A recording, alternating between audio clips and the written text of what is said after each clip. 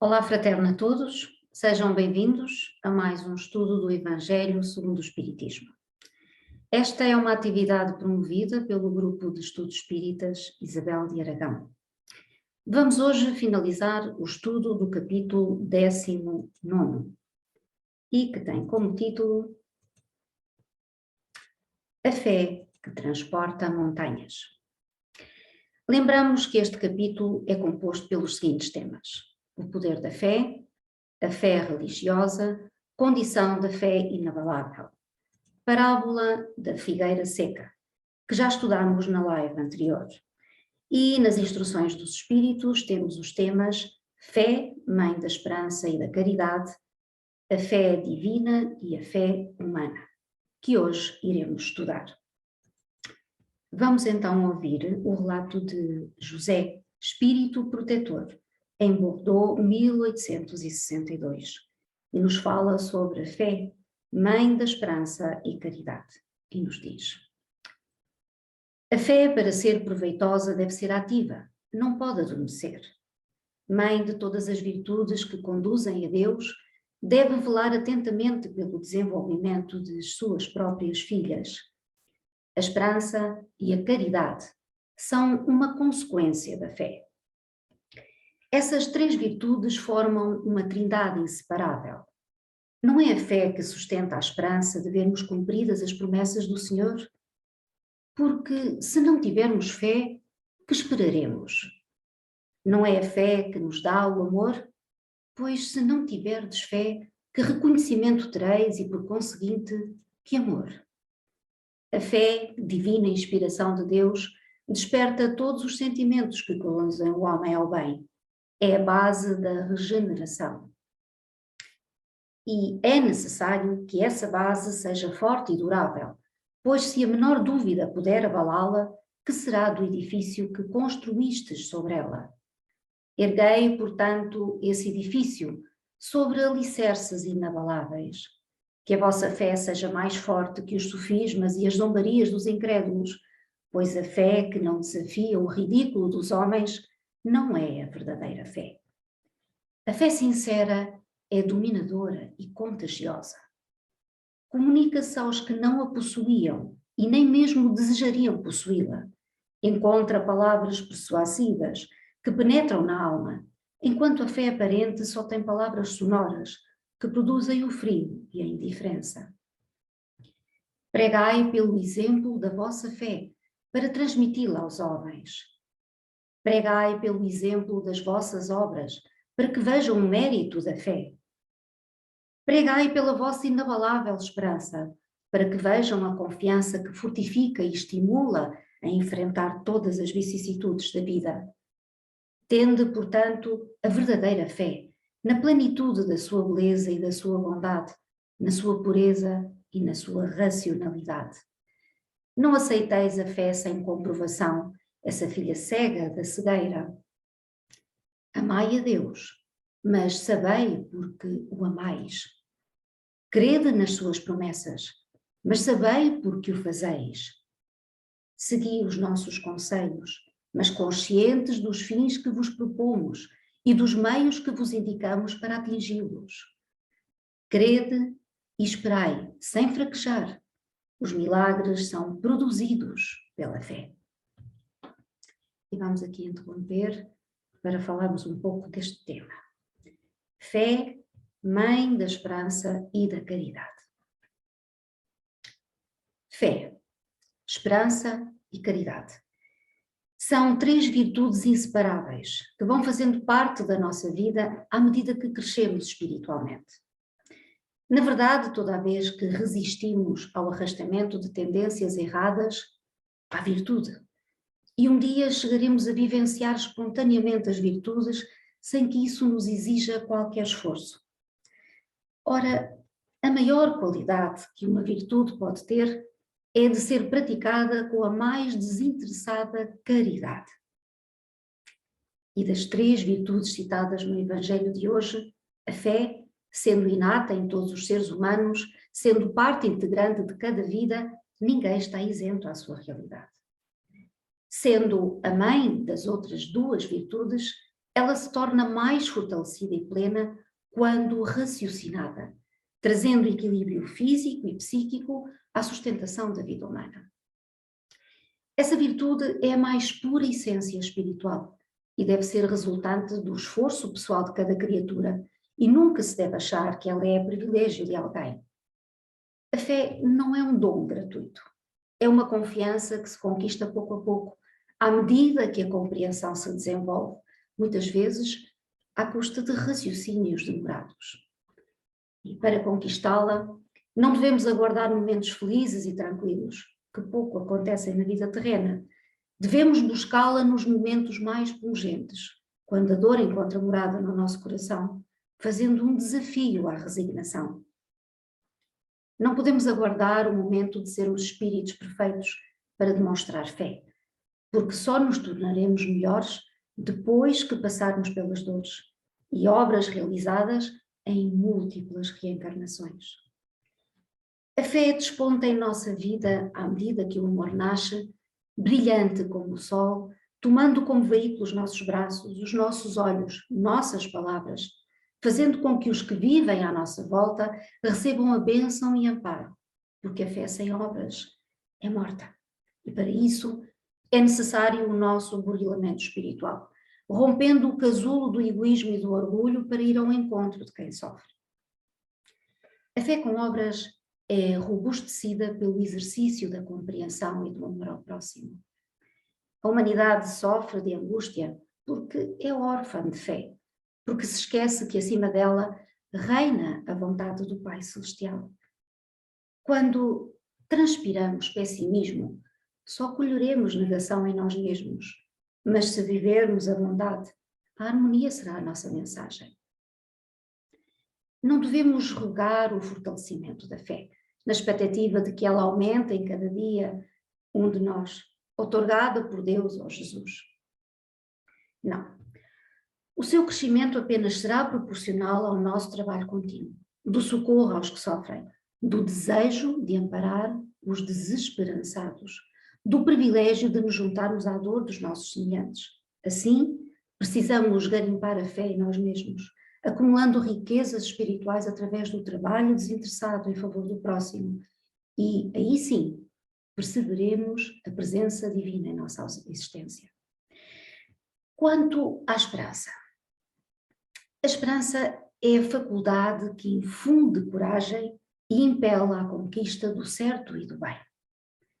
Quando as circunstâncias conspiram contra as nossas realizações, perturbando e afligindo, a esperança revigora o entusiasmo, insufla o ânimo para o prosseguimento até ao fim. Perante a esperança, a calamidade se ameniza, os destroços levam ao progresso, o solo pobre, com a assistência da esperança, se converte em jardim e pomar. A enfermidade, ante a sua assessoria, enseja a saúde. A derrota ressurge como triunfo, transformando o despotismo e a violência em alegrias espirituais. A esperança é a claridade dos que sofrem a noite do abandono e da misericórdia. É a voz socorrista aos ouvidos da viuvez e da orfandade. É o consolo do espírito combalido. Ela é o amparo dos fracos, a força dos fortes e a resistência dos heróis. Ela se assemelha a um anjo, acercando, envolvendo e levantando os que tombaram, ajudando-os a recomeçar a jornada. Mas cuidado, a esperança tem dois opositores, a presunção e o desespero. A presunção faz o ser humano pedultante, confiante nas suas próprias possibilidades, sem contar com o auxílio divino. E o desespero conduz à dúvida em torno da excelsa misericórdia de Deus em relação aos seus filhos. O tormento é uma consequência da leviandade ou desequilíbrio moral que se vai adquirindo na esteira das reencarnações.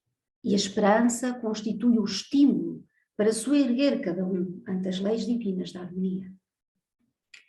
A esperança é de vital importância na caridade, porque ensina a confiar nos resultados posteriores da ação relevante, embora as condições pareçam adversas.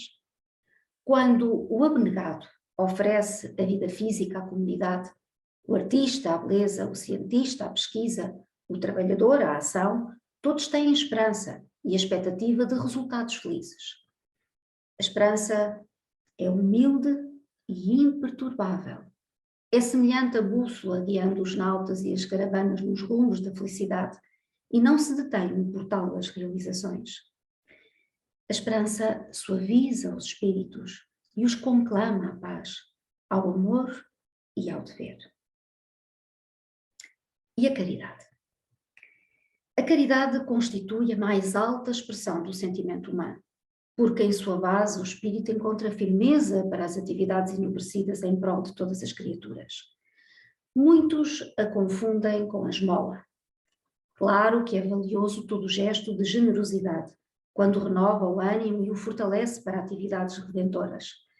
Mas a caridade não é somente oferendas transitórias, muitas vezes confundida com filantropia, ato de amor fraterno e humano. A filantropia independe da fé, não se caracteriza pelo sentimento cristão e pode brotar em qualquer pessoa, mesmo entre déspotas, vaidosos ou usurpadores, sendo, entretanto, um avançado passo de elevação moral. Enquanto a caridade é humilde e se apaga, ocultando as mãos do socorro, reconhecendo não ter feito tudo o que devia ter sido feito. A filantropia recebe o prémio de gratidão e aplauso popular. O ideal seria todo filantropo possuir a mais alta expressão de caridade, porque ela é cristã e esteve sempre presente em toda a vida de Jesus, seu insuperável divulgador, pois repassa todas as doações com incomparável amor. A caridade, para ser praticada, nada exige e tudo oferece.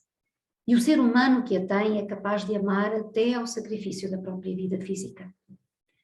Jesus, culminando o seu trabalho entre os humanos, após inúmeras doações pela estrada da compaixão e da misericórdia, doou-se, deu a vida física na cruz como legado de amor e inapagável luz de caridade, que passou a clarear os milénios vindouros, desde aquele momento. E embora a criatura humana tenha a necessidade de praticar a caridade material, que é necessária e de subida significação, o Espiritismo sustenta a sublimidade da caridade moral, que exige melhores condições do espírito, porque aquele que pratica a própria elevação se edifica interiormente. A caridade, na sua execução, não se cansa, não se exaure, não reclama, não se considera, tudo dá, mais do que dá, dá-se. A caridade não exige para não perder a alegria, não ofende para não perder a paz, não violenta para não perder o equilíbrio, não é maledicente para não frustrar a bondade, não arde em ciúmes para não aborrecer a ninguém, não duvida das coisas de Deus para não esquecer a fé e a esperança. A caridade para com os outros começa no respeito aos direitos alheios, ajudando todas as criaturas onde quer que seja, dentro do limite das nossas forças. Ela é um sol de Deus que nunca se apagará. A fé, a esperança e a caridade formam uma trindade inseparável. Ao justo, nenhum temor inspira o desencarno, porque com a fé tem certeza do futuro. A esperança fala acreditar numa vida melhor. E a caridade lhe dá a segurança de que no mundo onde terá de ir, nenhum ser encontrará cujo olhar lhe seja de temer. Aprendendo e praticando os ensinamentos do Mestre Jesus, desenvolveremos em nós estas três virtudes. E o Divino Amigo estará conosco, hoje e sempre. Vamos continuar. Agora o próximo tema. Vamos passar às instruções dos espíritos e agora é a fé divina e a fé humana. E é um espírito protetor que nos deixou esta mensagem em Paris, 1863. E nos diz: a fé é o sentimento inato no homem da sua destinação. É a consciência das prodigiosas faculdades que trazem germe no íntimo a princípio em estado latente, mas que ele deve fazer germinar e crescer através da sua vontade ativa. Até o presente, a fé só foi compreendida no seu sentido religioso, porque o Cristo a revelou como poderosa alavanca e porque nele só viram um chefe de religião. Mas o Cristo, que realizou verdadeiros milagres, mostrou, por esses mesmos milagres, quanto pode o homem que tem fé, ou seja, que tem a vontade de querer e a certeza de que essa vontade pode realizar-se a si mesma. Os apóstolos, com o seu exemplo, também não fizeram milagres? Ora, o que eram esses milagres senão os efeitos naturais de uma causa desconhecida dos homens de então, mas hoje em grande parte explicada e que será completamente compreendida pelo estudo do espiritismo e do magnetismo? A fé é humana ou divina, segundo a aplicação que o homem der às suas faculdades, em relação às necessidades terrenas ou às suas aspirações celestes e futuras. O homem de gênio, que persegue a realização de um grande empreendimento, triunfa se tem fé, porque sente em si mesmo que pode e deve triunfar, e essa certeza íntima lhe dá uma extraordinária força.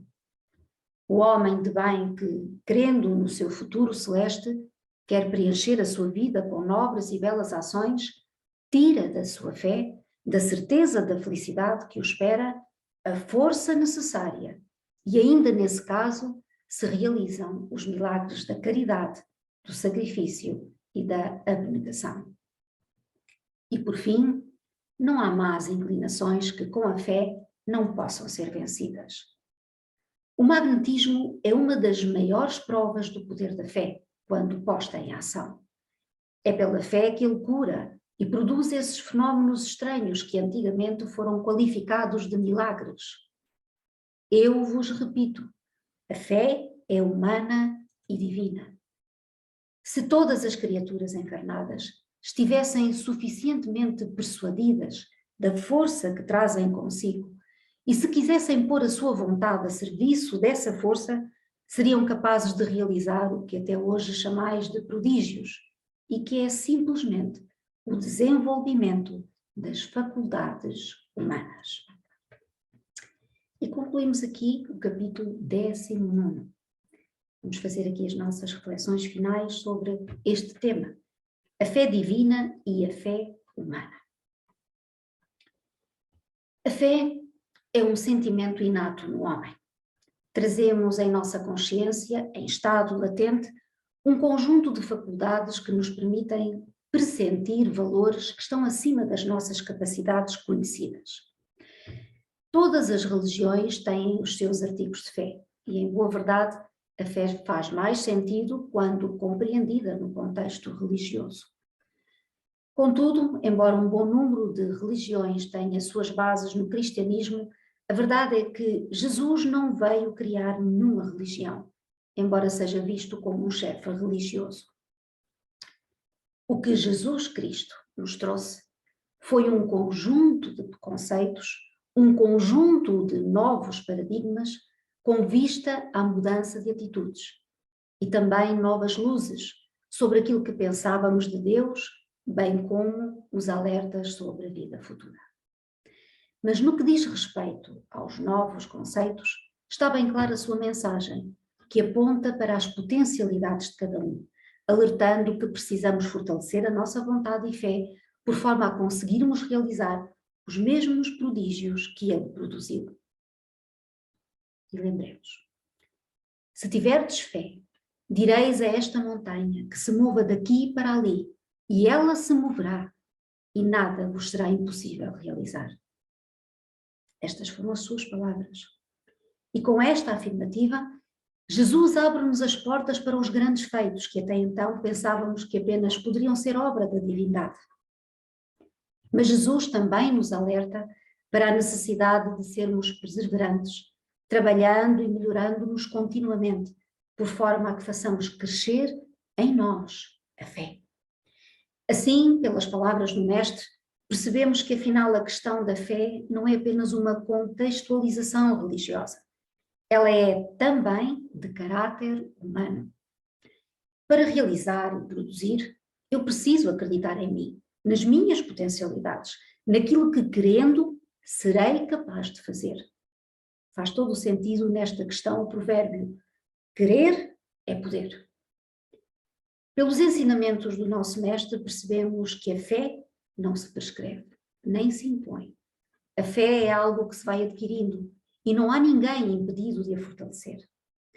E o Espiritismo tem um papel importantíssimo na vida de cada um de nós, já que nos indica caminhos que, se percorridos, nos permitirão fortalecer a fé.